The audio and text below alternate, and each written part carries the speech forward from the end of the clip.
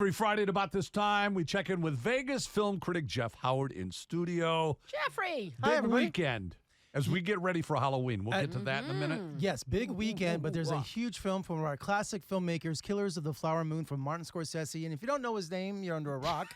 But he's done movies like Casino and Goodfellas and Raging Bull, The Aviator, Mean Streets, King of Comedy. It just goes He's on had and a couple of good ones. Yeah, he has a couple of legendary done ones. okay. Yes, he comes from that same group of Francis Ford Coppola and Steven Spielberg, and so he's that clique. We have Killers of the Flower Moon, which is based on the true story of one of America's past stains in our history, the Osage Indian tribe in Oklahoma, where at one time they were the richest people on earth in the turn of the 20th century, where they found oil on their land in Oklahoma. Wow. So they didn't know what to do with all this wealth, so they flaunted it. They bought cars, they bought expensive jewelry and fur coats and everything. So what did that do? That attracted a lot of white people to their reservation to steal their money.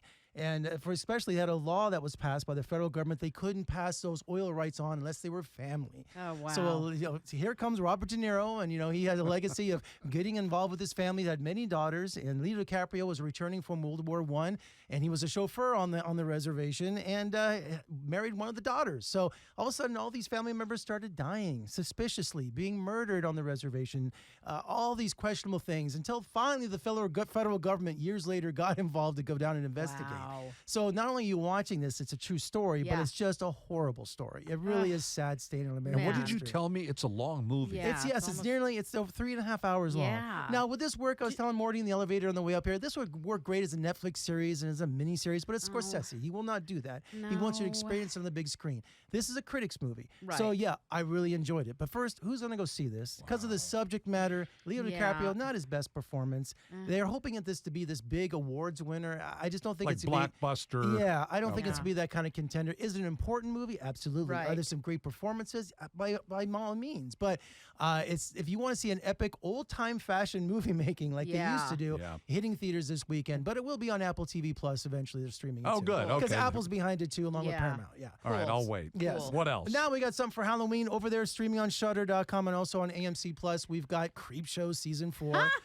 Yes, which is one of my favorite anthology series. If you remember the movies, it's now from Greg Nicotero, who does The Walking Dead. He's a legend, and his team over there does incredible makeup that you've ever seen on Walking Dead and gore and everything you can believe. Talk to one of the directors, John Esposito, so you can check him out on my YouTube channel. Also, the Fall of the House of Usher over there on Netflix.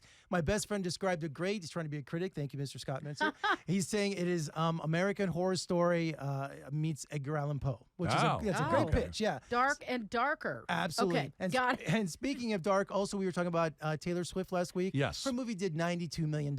You believe that? Yes. Now, people, I saw the Instagram videos, people standing up in the theaters, singing, treating it like a concert. I say good for them because it's now the highest grossing concert film of all time. I agree. And here's something Hollywood's upset about, really upset with Taylor. She cut out the middleman. She made this movie, went right to the movie theaters and said, you know what do we need the studios for? Let's just do this ourselves.